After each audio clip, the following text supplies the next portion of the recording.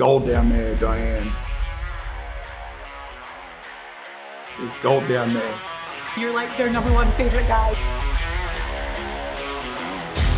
Because you won them cash.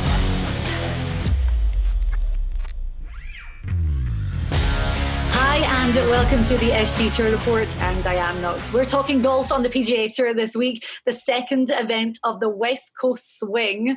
And I am joined by Steve Elkington, the Farmers Insurance Open at beautiful Torrey Pines, a tournament I go to every year, but Elk, it's very different for 2021. I know your grandma lives in Torrey Pines, Diane, but maybe not so pretty this week. We've got some severe weather that's lashing the course right now, 50-mile-an-hour winds. Here we are talking about this show on a Monday. They've closed the golf course. We look further ahead at the weather forecast. It's going to be very cold during the week with almost 100% chance of rain on Friday. So what does that do to our field, Diane? How does that change everything for the handicapping of these players on this course? Well, we think we've got a pretty good formula. There's a lot going into this week's report. So what we do on the show is we're going to go through the field. We re-rank the entire field. From that, we will give you our top 10, then some sizzlers, guys that are really moving up in the ranking, and we'll tell you why. We call them fizzlers, but really we'll give you some big names that we don't think are going to go out and lift the trophy in San Diego this weekend. And then those all-important dark horse picks. Now, I'll get Jay Kaplan from the team, who is the king of the dark horse. I have to say, Elk, for the American Express last week, he had picked Michael Thompson and Max Homa, who were both in contention on Sunday. Homa shared that 54-hole lead. Michael Thompson just went out and ran the greens on Sunday, but obviously neither of them won. But those were some good picks from Jay. It's very, Jay doesn't like to even tell us who he's going to pick, Diane, keeps it a secret from us, which is fine with me. The only thing that we cannot handicap, Diane, is what's in the player's mind coming down the stretch. And they're not all created equal. Let's face it, Tiger Woods is better coming down the stretch than, say, Michael Thompson. We saw your brother yesterday, Russell Knox, who was in tie fourth place, who had a triple bogey on the last hole, and I was texting him about how cruel this game is. So is it mental, is it physical, or is it a combination of the both? And of course the answer is there's a lot of mental that goes with it. I said, when we first started talking today, I said to everyone, no mention of triple bogeys anywhere, please, because it's a sick feeling. It really is. Well, he had a good attitude. He said he was going to In-N-Out Burger to eat a triple. So that's so good. Right. Well, this week for the Farmers Insurance Open, it's played at Torrey Pines over two courses, the North Course and the South Course. Now, Elk, the big thing of Torrey Pines is I always think back to 2008 and the US Open with Tiger Woods in that 18-hole playoff with Rocco Mediate. Tiger had pretty much a broken leg and won the US Open that year. But that image to me is just iconic for this golf course. Yeah, I've been lucky enough. I probably played in, 25 different of these events at San Diego. The North Course used to be kind of the easy course. They've lengthened that one. And, of course, the South has been stretched out over the last few years. They're going to have the U.S. Open there again this coming year, Diane. So we know there's going to be some new rough out there. But this week, it's all a little different. When the rough in California gets wet, normally speaking, the formula, Tiger Woods, we've seen him win 7 times, I think, on this golf course, including the U.S. Open.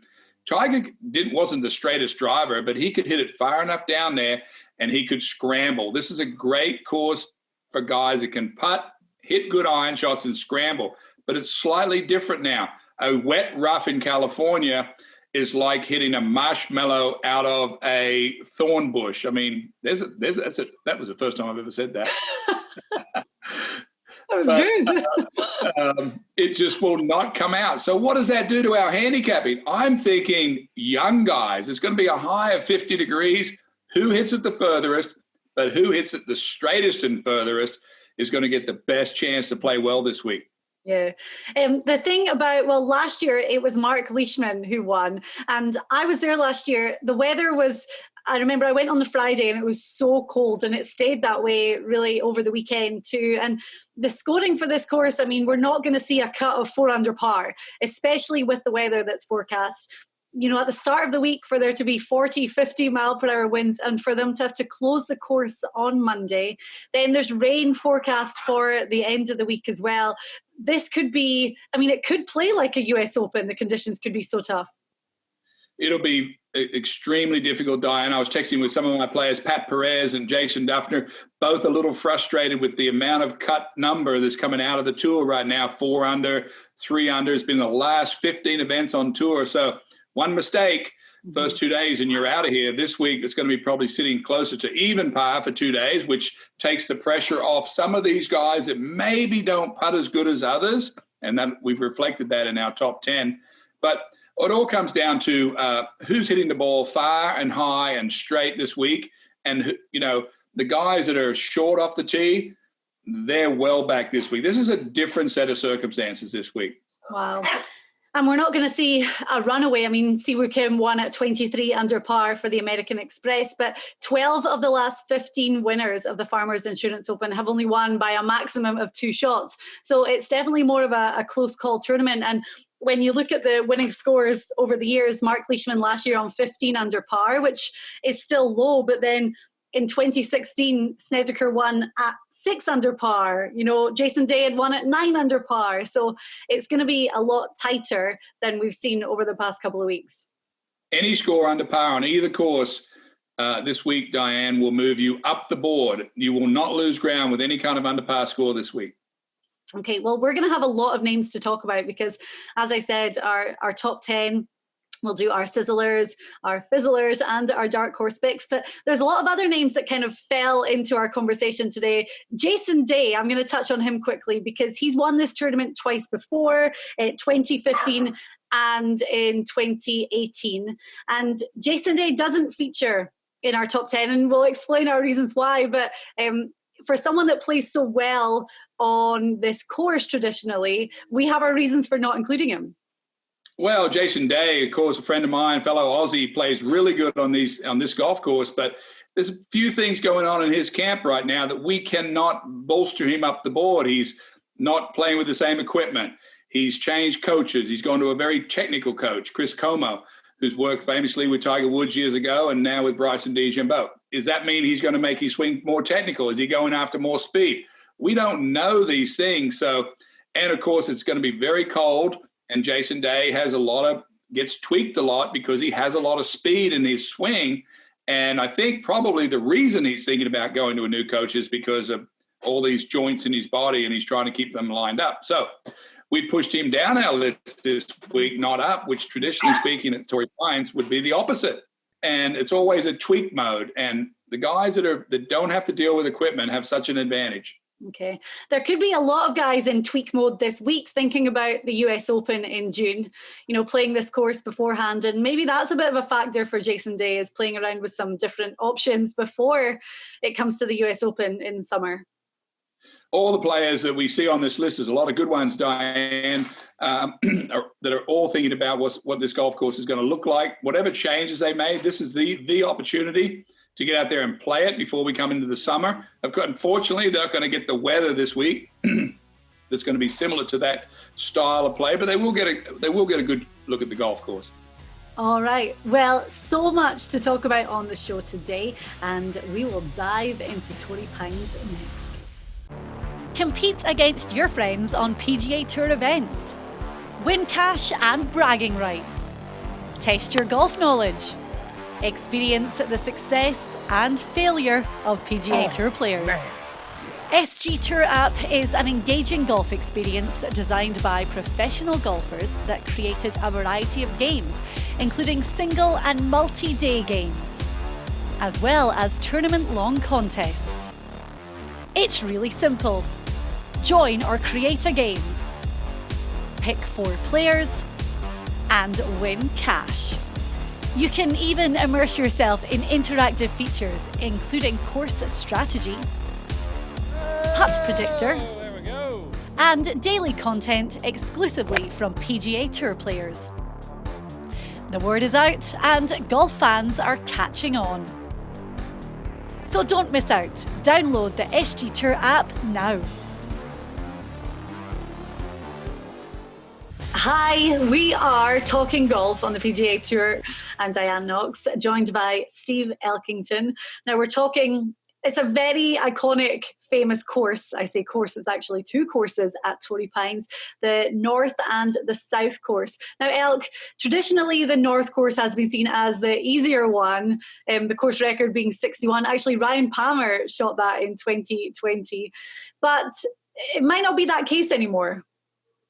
Well, they've stretched out both courses, Diane. The North course, yes, you're right. It plays about one stroke easier than the South course. Players felt like when we went on the North, we got a little advantage. But this week with the weather, Diane, it's going to be cold, it's going to be wet, it's going to be windy.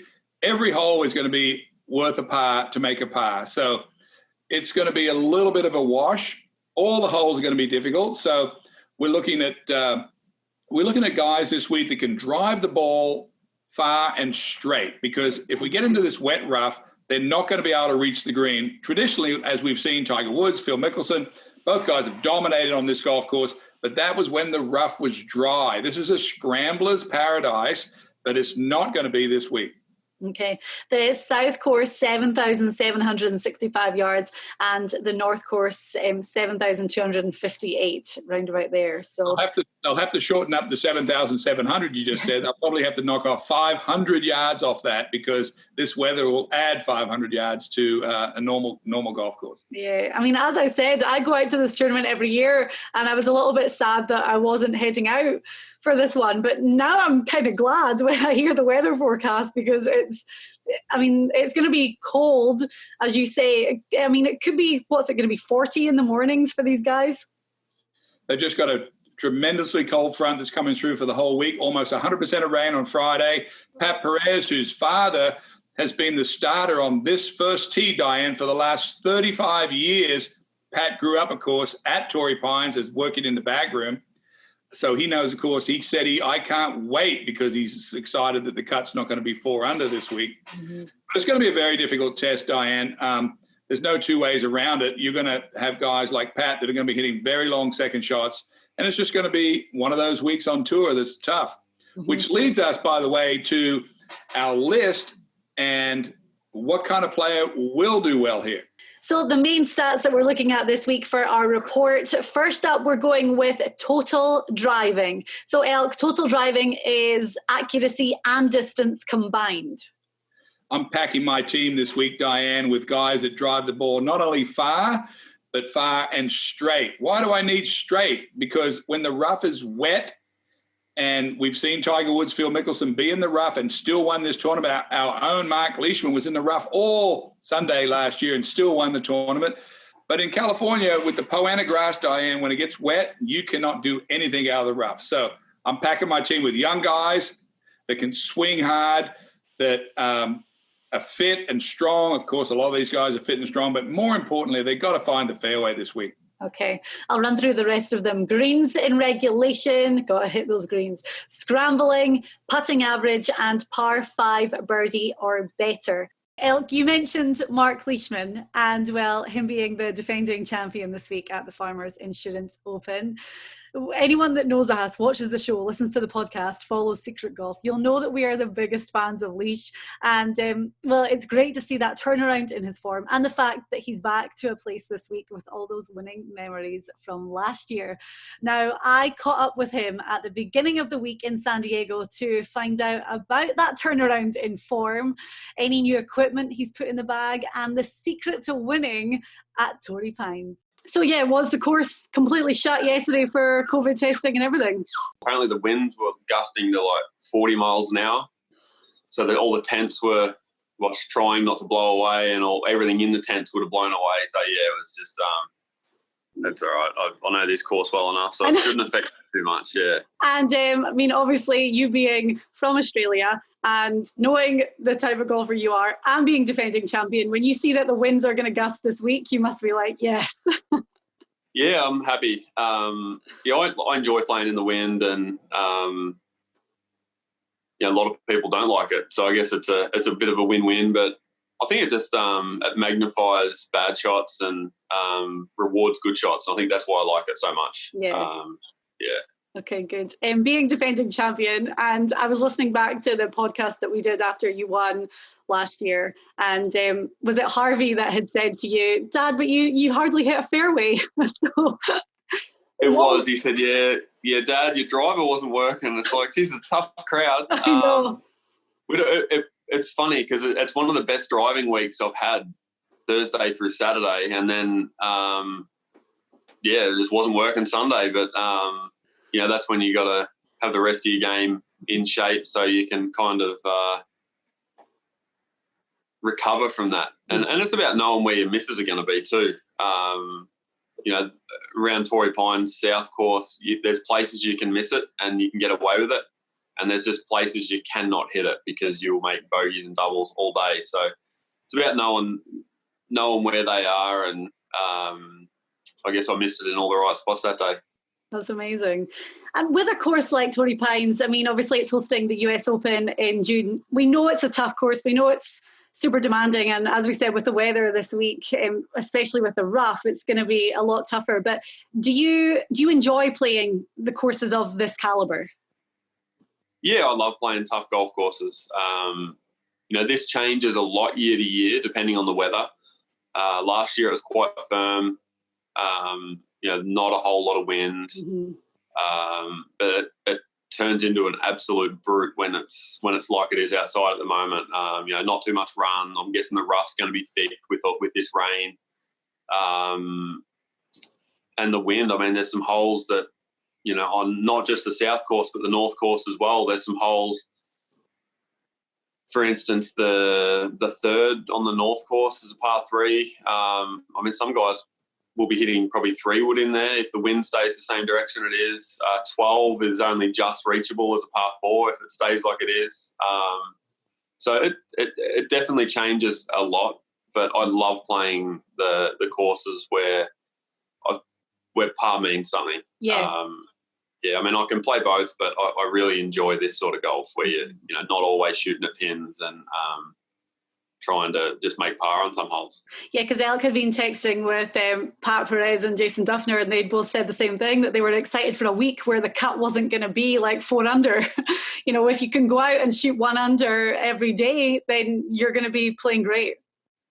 Yeah, exactly. If you can shoot 1 under every day and be, 4 or 5 under at the end of the week, you're probably not going to win, but you're going to be close to that top 10, I think. Yeah.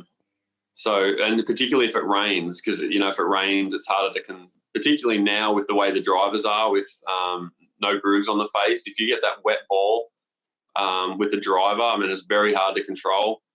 And this is not a course where you can hit 3-woods off the tee either. So, it's good where it can, you can shoot in the single digits under par and have a chance to win. The thing about Torrey traditionally is you don't associate it as being a course where you have to find the fairway off every tee. Do you think it's going to be different this week? Do you think that's going to be a lot more important?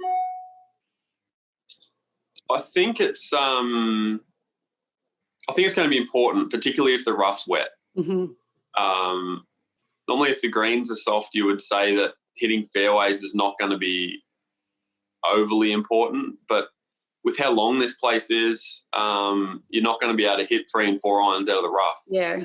So that's why it's going to be important. On the dry years when the rough's dry, it's a different story. But I think, it's going to be pretty important. For sure. And it's great timing, as you say, to see the turnaround in the form and then to be back at a tournament that you won last year. This is such a big tournament. It's such a great golf course, and even more so because we're thinking of the US Open for June. So it's going to be a nice little run around this week. Just to finish up, what was the secret to winning last year then? How would you sum up the secret to winning around Torrey Pines? Making putts. I showed on Sunday you don't have to drive it amazingly around here to shoot a good score. But the greens can get in your head. They can be a little bit bumpy, particularly you notice the bumps when you've got a 3 or 4 footer. If you can be hitting really good putts from, I'll say inside 8 feet, they're not going to bump far enough to miss. So I think putting, but there's everything's got to be pretty good around Torrey Pines, I think, to win.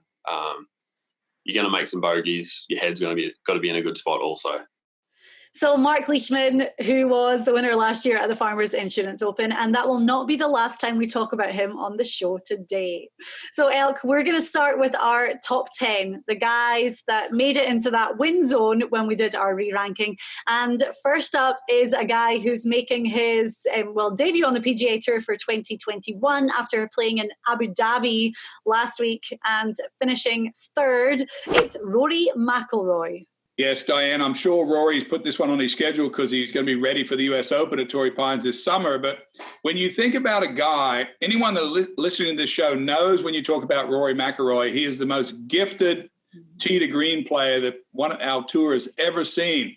I mean, the guy can literally just stand there and just swing and hits it solid almost every time. And there's no doubt that he's sitting on the top of our rankings. He plays good at this course, hits it far, hits it straight. Where's Rory's head? He had a disappointing finish in Abu Dhabi. As you noted, Terrell Hatton's mulled him over on Sunday. But Rory's got to be a little mad about everything right now, and I think this is a good place for him to get it going. Yeah. He finished third last year. He finished fifth the year before. When you look at his numbers on the tour, I mean, you're always going to think of Rory McIlroy as one of the elite drivers, and he's sixth in total driving. The stats for Rory, I mean, he didn't play a huge amount in the 2021 fall season. So the stats, again, you know, it's not like they're 100% reliable as to where his game is right now. But, I mean, you have to put him up there. Well, Rory's a lot better putter than he was a couple of years ago, but it hasn't really cashed in for him. He makes a lot more 3 and 4 footers, but he's not been winning. But he doesn't need to make everything this week. As you noted, there was some scoring of -6, -9. The tournament winner this week will be under -10. 2 under each day will be a tremendous number each day. So Rory, the pressure is off his putting, and the pressure can go on everyone else because he's got it off the tee a big time. The number 2 on our list is a local guy and is always such a fan favorite for this tournament. Obviously, you know, no fans out there at all this year. But Xander Schauffele coming in at number 2. He went to San Diego State. So obviously, you know, he's always the guy that people are pulling for out there, but he doesn't have a great record in this tournament, bizarrely. Yeah, and you know, we weigh heavily on player statistics for the season. Sometimes we throw them out and we go with just what they do on this course. Sometimes we throw that out. But this guy is young and he's tough. And when I say tough, I think Xander Schauffele is up for the moment. I think he'll fight his way around this golf course. He wants to do well here. He's a good driver of the ball. He gets the ball in play, and he knows how to fight. And this week's going to be all about fighting. Yeah, and I think that if you look at the tournaments, this has to be one that he would want to win, with it being his home event. And he's only made the cut once and finished T25. You would never think someone of Xander Schauffele's caliber that would be their record. But the way that he's playing right now, and maybe the fans have been a bit of a distraction for him over the years. Well, of course, him being from California, the Poa annua greens are always difficult to putt. They were so hard for me to do any well on this type of surface. Tiger Woods and Mark O'Meara and these guys, this is where they absolutely starred. And imagine when it gets windy and cold and spongy. Well, who's going to do best? California guys are going to do best in California greens. Too right. Coming in at number 3 is the guy who was the first winner of 2021, winning the Century Tournament of Champions, and that victory was a long time coming for Harris English. Harris English has been on a roll. We have to sit Harris English at number 3 this week. He is by default shooting almost under par every time he walks onto the golf course. Do I think this is going to intimidate him, this cold weather and windy? And not at all. It'll be to his advantage because he's hitting it solid. Right now, when I look at his game, I remember the shot he hit 2 weeks ago with that long iron, 250-yard 3-iron shot on the last hole of Kapalua onto the green. He's going to get more of those long iron shots this week. And when you have that kind of repertoire, then this is a natural fit. Yeah. And 32nd in total driving on the tour, but 9th in scrambling for Harris English. And just with that form, and we talk about him every week, he's one of those guys that the way that he's been playing, of course he has to be up there every single week. So far then, our top 10 kicks off with Rory McIlroy, Xander Schauffele and Harris English. Now, still to come, we're going to go through the rest of the top 10 for the Farmers Insurance Open. We have our sizzlers, our fizzlers, and those dark horse picks as well. But the next guy we're going to talk about had to withdraw from the American Express last week, a tournament that he's won before. He has won this tournament before. Actually, his first ever PGA Tour victory came here. But we do have a little bit of an update as to why we have pushed him down to number 4 this week. That's on the way right here on Sports Grid.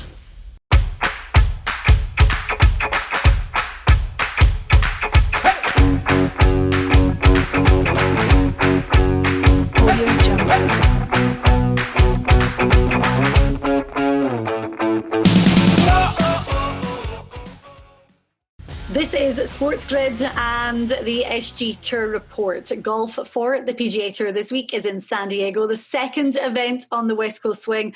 It's the Farmers Insurance Open at Torrey Pines. Now, I'm Diane Knox and joined by Steve Elkington. We're on to number 4 in our re-ranked top 10. And the guy that comes in at number 4 won this tournament in 2017. His first ever victory on the PGA Tour. Wow, it seems like forever ago now.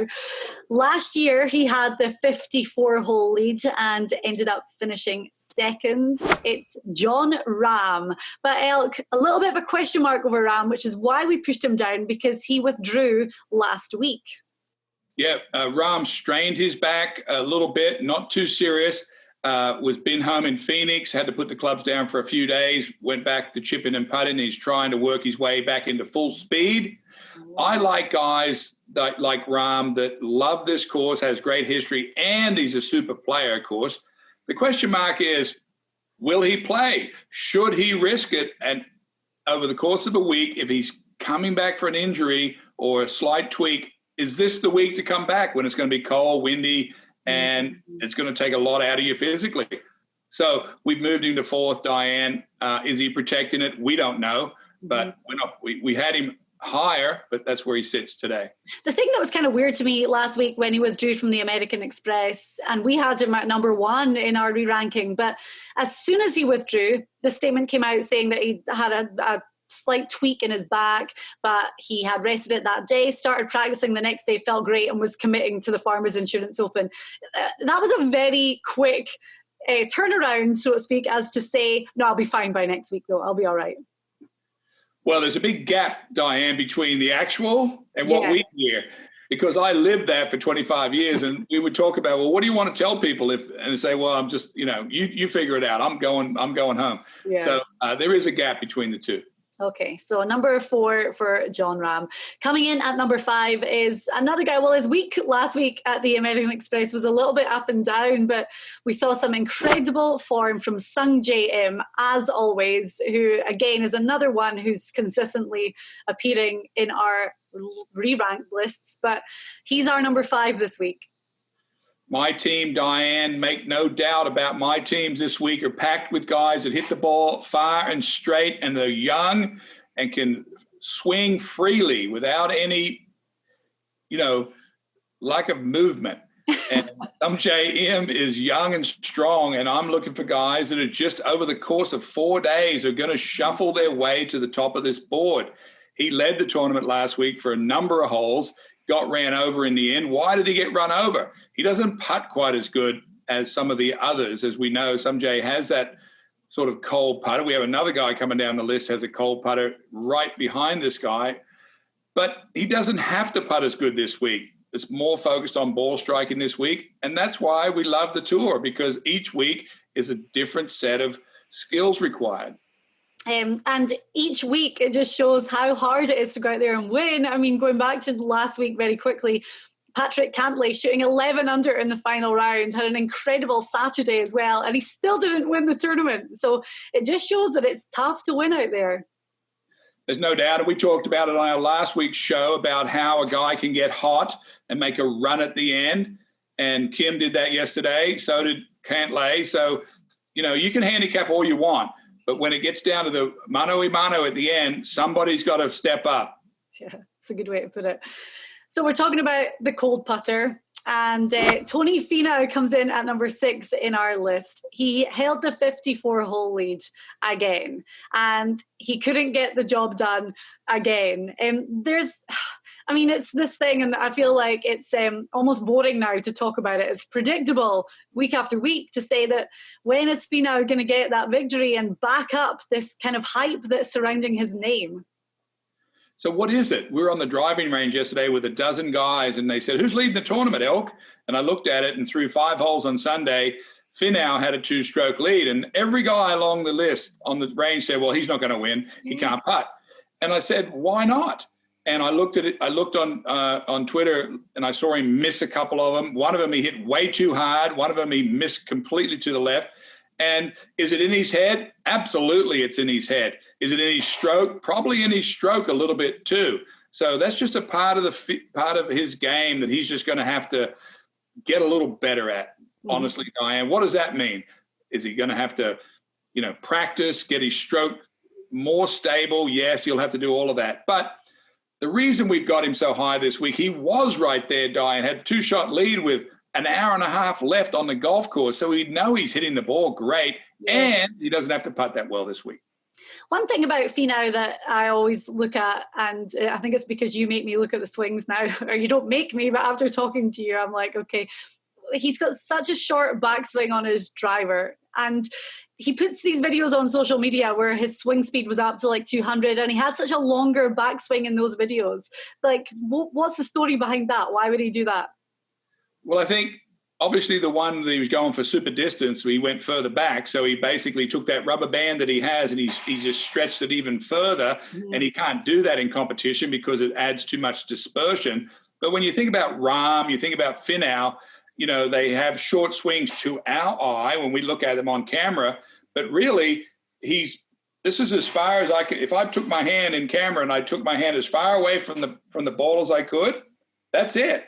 When we think about coming back further, I'm getting closer to it. For these guys have their style. This is as far like a pitcher can pull back. So it's their style. It's not weaker. It's strong. Okay. And they control it, and that's why they're great. But someone like Finau, we know that he's got the distance, 44th in total driving. So the accuracy has to be the question mark there. Yeah, nobody is going to do any good out of the rough this week. We have seen it a million times, Tiger Woods win this tournament from out of the rough. But I'll tell you right now, you are not going to win this tournament out of the rough, which, by the way, every tour player out there, Jason Duffner, Pat Perez, Jason Kokrak, all of the guys that I talk to on a daily basis, they're like, hallelujah, you've got to hit a fairway. It's going to be wet. Even par's going to make the cut. I'm still in it. What did you say about the marshmallow a little while ago? It's like hitting a marshmallow out of a rose bush. That's the quote of the show, hands down. Okay, number 7 on our re-ranked top 10 is the guy who won the American Express, 23 under par. Just an incredible final day performance from Si-Woo Kim. Si-Woo Kim is one of these interesting players, Diane. Don't know much about him. I've walked with him, with you at the TPC when the pandemic came. We followed him and Pat Perez play the last 3 holes. Very quiet guy.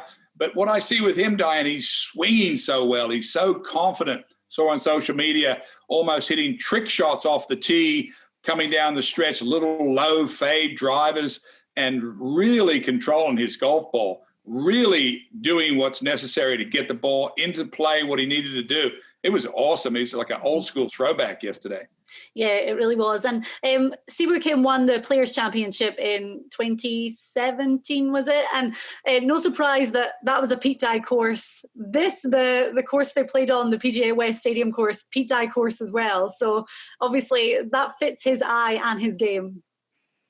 Fits his eye, yes, but fits his precision better.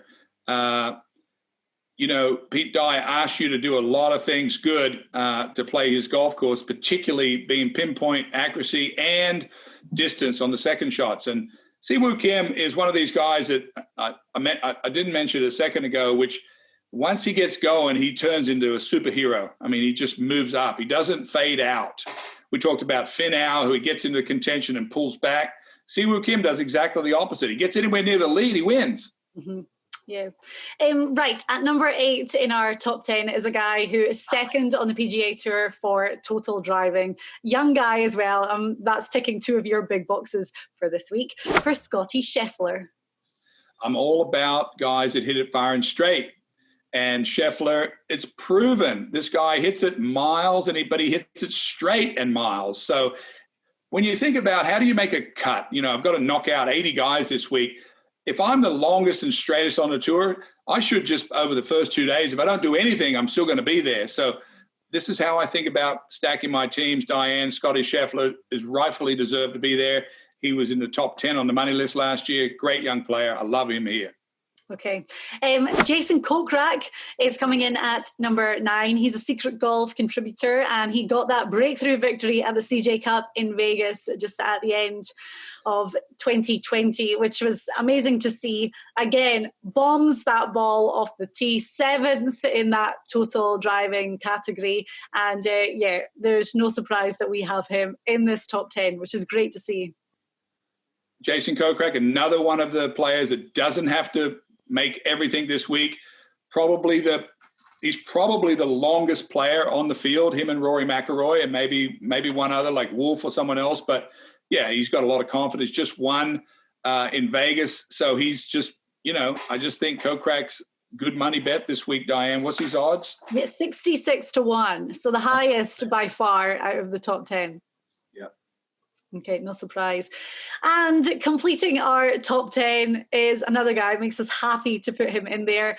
We're not just putting him in because he is the defending champion, but we're putting him in because the turnaround in his form and all the hard work paying off, it was there for us all to see at the Sony Open in Hawaii. He ended up finishing 4th. His game, it's clicked. He's found something. He's back at a course where he won last year after not really hitting a fairway. Okay, it's going to play different this year with the weather, but Marc Leishman is our number 10.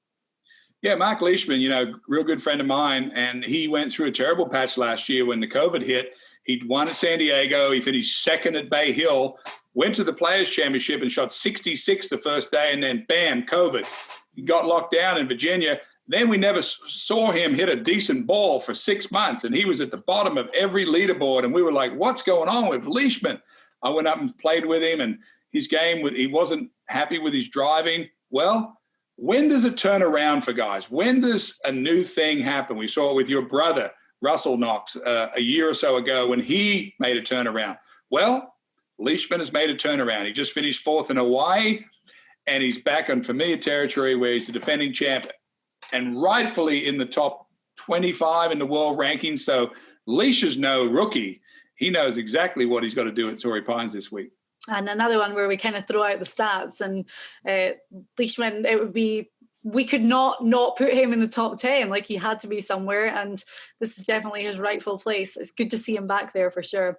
Right, so our full top 10: Rory McIlroy, Xander Schauffele, Harris English, John Ram, Sung J M, Tony Finau, Siwoo Kim, Scotty Scheffler, Jason Kokrak, and Marc Leishman. Still to come, we're going to tell you how you can get involved in our games this week on the SG Tour app, which is always exciting. Win a little bit of money too. We'll give you our sizzlers, our fizzlers, and our dark horse picks. Compete against your friends on PGA Tour events. Win cash and bragging rights. Test your golf knowledge. Experience the success and failure of PGA Tour players. SG Tour app is an engaging golf experience designed by professional golfers that created a variety of games, including single and multi-day games, as well as tournament-long contests. It's really simple. Join or create a game. Pick 4 players and win cash. You can even immerse yourself in interactive features, including course strategy, putt predictor, and daily content exclusively from PGA Tour players. The word is out and golf fans are catching on. So don't miss out. Download the SG Tour app now. So we're giving you our picks for the Farmers Insurance Open on the PGA Tour this week. I'm Diane Knox and joined by Steve Elkington. Actually, I obviously take the advice of the picks that we have on the show. And well, I know you do the same, Elk, but we also play against each other on the SG Tour gaming app each week. And if we're both taking the same information, why do I beat you all the time? I don't know, Diane. I used to say that you bet with your heart and not your head, and I think I've somehow you've converted into me. I don't know why I'm last in all these games, but we do have a very cool app called the SG Tour app. It's a peer-on-peer, so you can set the amount of money you want to play with, set the breakdown of the purse, and play against all your friends and watch the golf on TV. Now, so many people, we give out the information for picks, and with gambling, as in like putting money on one guy, it's not legal in every single state. So these kind of lineup games are excellent to play along. And the SG Tour is so good for that because you can join a public game, first of all, and it might only be like $10 to enter, but you've got your own leaderboard with everyone who's playing in the game. That's why we always play in your public game that you do. And obviously the money stacks up. The payout can be like top 3, or it could be like a tour structure payout, but you get to pick 4 guys and follow that lineup, even, for the whole tournament, or you can do daily games as well. A lot of fun, Diane. I think everyone should jump in it. They can go to the SG Tour app. I'll have a bunch of games open this week. I'll put a couple of free ones if any of our viewers want to come in and just try it for free. Okay, perfect. Right, well, we're getting back to those all-important names, of course, to help you with your lineups. And we are starting our sizzlers. Now, these are the guys that when we look at the stats and all the intangibles and do our re-ranking, they really shoot up. And, well, the first name is Sam Burns. We were big on him last week for the American Express. It wasn't his week, but the things that he had to do well or things that he did badly last week, they're not going to be so important for him this week at Torrey Pines. Well, the reason, Diane, that I'm so big on Sam Burns, I was big on him last week, but if you go a little deeper in what happened last week, he missed the cut. I think he was 77 the first day, made 2 double bogeys on the front 9 and just got off on the wrong foot. Came back the second day, I think he shot 66. But this week, Diane, he is number 1 on this list between driving accuracy and driving distance combined. I think 5th on the whole PGA Tour. Mm-hmm. That tells me he's young, he's strong, he wants to win. I'm all over Sam Burns as a sizzler this week.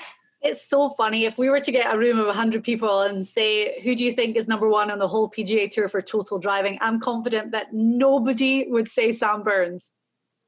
Yeah, we know this week, Diane, with the cold weather coming, that the guy who hits it the furthest down there in the fairway will have the biggest advantage.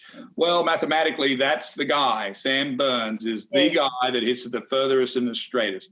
But also he's 8th greens in regulation on the tour and 12th for par 5 birdie or better. So even just looking at those 3 numbers, he's hitting it down there, he's keeping it in the fairway, he's hitting the greens, and he's making birdies. Yeah, I mean, the reason he's 8th in greens and reg is because he's so far down there in the fairway. And by the way, if you're in the rough this week, there'll be no greens in reg almost. Yeah, for sure. Okay, second guy that we have as a sizzler finished 3rd at the American Express. He had an incredible round on Sunday. Well, just a great weekend overall. He is Cameron Davis. Cam Davis from Australia, who lives in Seattle. Just a young guy that's strong. I talked about it at the top of this show, Diane. I'm all about the young guys this week that are flexible and can play with a lot of gear on and hit it straight and long and fight. Mm-hmm. And I'm all about that fight this week because it's going to be tough. And we don't have any of the old guys on our list this week because, well, let's face it, they don't move as good as some of the young guys. But I love Cam Davis, and I love everything about his game. I'm going to say the thing that we always say about the Australian guys is that they grew up playing in the wind. It's going to be windy this week in San Diego, and living in Seattle, he's used to the rain and the gloom. So those are big boxes that he ticks. It's important. I mean, if you want to practice and it's raining all the time, you got to practice in the rain. I mean, Scotland, Diane, hello, this is Scotland this week. Yeah. Well, hopefully it's good for a certain Russell Knox as well then. That would be fun. Okay, the next sizzler is a guy that I was really big on this week, and he does make jumps up. I should say, actually, Cameron Davis, 60-1, Sam Burns, 80-1. This third sizzler is another young guy, and he's 90-1. Now, he actually first appeared on my radar at this tournament 2 years ago when Justin Rose won. He was really in contention on the Sunday and played amazingly well. And then when you look at his numbers, he's 11th on the PGA Tour for total driving. It could be a great week for Taylor Gooch. Yeah, Taylor Gooch I remember when watching him last year or the year before when he played well, I said, who's this guy? Yeah. But when you look at who is he and what's he doing on the tour, one thing stands out. You just mentioned he's a long hitter, but he hits it straight. Why does that convert here? Because it's so difficult to get the ball on the green where you can do anything with it on this course. And if the conditions are wet, that knocks out 80 guys already that are way back. So Taylor Gooch has a huge advantage, and I'm very pleased with your pick. I'm letting you have this pick, Diane. Okay, so our three sizzlers are Cameron Davis, Sam Burns, and Taylor Gooch. Now, our fizzlers are traditionally the guys that move down the ranking. The two guys we're going to talk about today really do move down the ranking, and they're just guys that we don't think are going to win. Yeah, and, it's tough for us to pick a guy that we say is not going to do well in the tournament. But our first one, Brandt Snedeker, who's won this tournament twice, who's been working very hard on his swing with Bradley Hughes, and he's a good striker. And the reason he's won this tournament twice is probably because of one club, and that is he's a master putter. Yeah. Everybody knows Snedeker has a pop stroke, and he hits the ball very firm, and he's able to get it across these greens and get it to go in. My question is, how's he going to get to the greens? He's not one of the longer players, and he's not going to get a lot of looks this week because he's too far back. So we are fizzling him, if that's a word, saying that he probably is not going to win the tournament this week if you're thinking about Brandt Snedeker. And he's coming off the back of 3 miscuts. When we look at the numbers, if they're orange or red, then red flags, rightly so. Greens in reg, 204th on the PGA Tour, and scrambling 209, which that's higher than the entire field for a PGA Tour event. Yeah, and going technically, I looked at his swing on camera with Bradley Hughes, and he was having trouble getting good compression on his iron shots. He'd gotten into a few bad habits. Hughes is working with him on that. So, it just doesn't. This is not a good fit this week for Snedeker. Doesn't mean he can't play a solid week, but we're not picking him to win the event. Okay, and the other big name that we have to talk about is somebody making his first PGA Tour appearance in 2021, Jordan Spieth. Could this be the year that Jordan Spieth finds his game again and starts carding some great rounds? Hate to use that term with him. Will this be the week with Jordan Spieth? Well, he's got a lot of question marks. We would say if we go back a few years when Jordan was the top of his game, we'd be saying this week was perfect because Jordan's tough, makes all the important putts, gets it done in the bad weather. Well, this week, he's gone to Butch Harmon because he sort of lost his swing under McCormack. Hasn't putted well, hasn't hit the green. I mean, everything's been off with Jordan Spieth. And I know he's working super hard, but he's going to have to prove it to me this week if we're going to put him back in the top. All eyes on Spieth every week right now when he tees it up. And it would just be good to see him get a little bit of momentum going at the start of his 2021. Well, the pressure will be off him because scoring will be higher. So even par is a very good number the first 2 days. So that may help him. I don't know Jordan's mindset, but I know he'll be ready. He'll have everything to put in play. He'll be thinking about his swing action that he's working on for better driving. He'll have everything organized, but will it develop this week is the question. And I'm saying it will not. Okay, right. So the two guys that we put on our fizzle list, Brandt Snedeker and Jordan Spieth. Right, Elk, thank you very much. We're going to talk to Jay Kaplan soon and go through his dark horse picks ahead of the Farmers Insurance Open. What are you most looking forward to seeing this week? Well, I'm thinking about the weather this week. I've played this tournament so many years, Diane. It's such a difficult place to play anyway for me. I was a medium range hitter, didn't have a high ball flight, so it was very difficult for me to get the ball up onto the greens where I wanted it to be. I was always marveled when I played with Tiger Woods or others that hit the ball so high they could carry the ball back into these greens. It was sloped from back to front. And it's just one of these courses. It's just tough. We did have a player, a Secret Golf contributor, Colt Knox, who was the shortest hitter on the PGA Tour that played this tournament well. And our theory was, and his too, was he was so far back that he could hit his hybrids and 5-woods into these greens. But I'm not picking anyone this week that's a short hitter. Yeah, that wasn't when the balls were like marshmallows in the rose bushes. So after another successful week of the dark horse picks, Jay Kaplan makes his return. Max Homa and Michael Thompson, I was like, who was the second one again? But on Sunday, they gave it a good run. Diane, I had to cancel my cigar order because I think I got ahead of myself with Max Homa. He was the 54-hole leader, and I was like, he's going to win. I'm going to look great. He finished T18, but Michael Thompson hooked me up T5. Yeah, that was so good. Right, okay, so we are on to our dark horse picks for the Farmers Insurance Open. I'm going to let you go first, just because my dog is going crazy. I think your dog agrees. Yeah, you're way more successful than me with them. Right, so take it away. All right, so my first guy, he's going to fit right in this week with his background and the climate. We're expecting rain and wind off the coast in San Diego. It's going to be messy, rainy, soft. This guy grew up in the Bay Area, just north in Northern California. And he's a veteran. He knows how to play Torrey Pines. He's played here quite a bit. His numbers match up wonderfully with Torrey Pines. My first dark horse this week is James Hahn. And James Hahn has, his last couple of finishes have not been fantastic by any means. However, he's been in contention. So if he can put himself in contention and stay there, and maybe if the conditions are favorable for him this week, then that could be a good one. Yeah, with dark horses, we're looking for someone who can come up from unexpectedly and just compete, maybe do a top 10, kind of sneak in there. And I think, I've kind of zeroed in on my formula here. So I look for good things this week with Hahn. And on the SG Tour gaming app, you can play daily games. So he might be a great pick for like a Friday or a moving day game. So there's a lot of options when it comes to these guys. Right.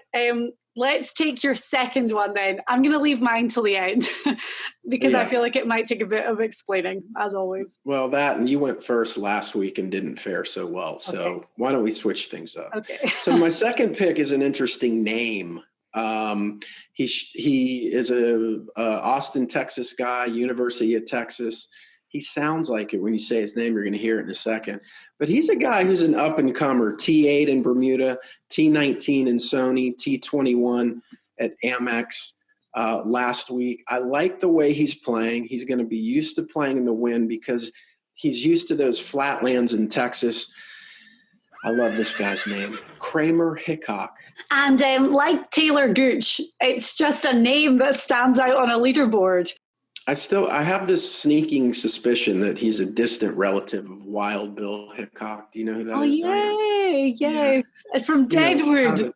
Like a Texas thing from Deadwood. So I don't know. Maybe if it gets in a shootout, Kramer Hickok's the guy to go with. Okay, I like it. So Jay's ever reliable dark horse picks, and I'm being completely real when I say I don't think we've had a week where your dark horse picks have crashed and burned. So James Hahn and Kramer Hickok are the two names that Jay is going for this week.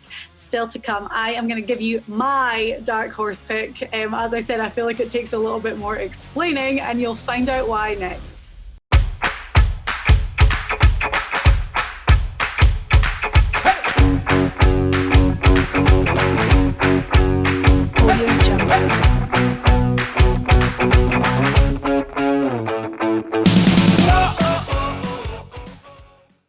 So the final section of the show today for the Farmers Insurance Open at Torrey Pines. It's going to be an interesting week with the weather. The course was completely closed on Monday for practice and for COVID testing as well.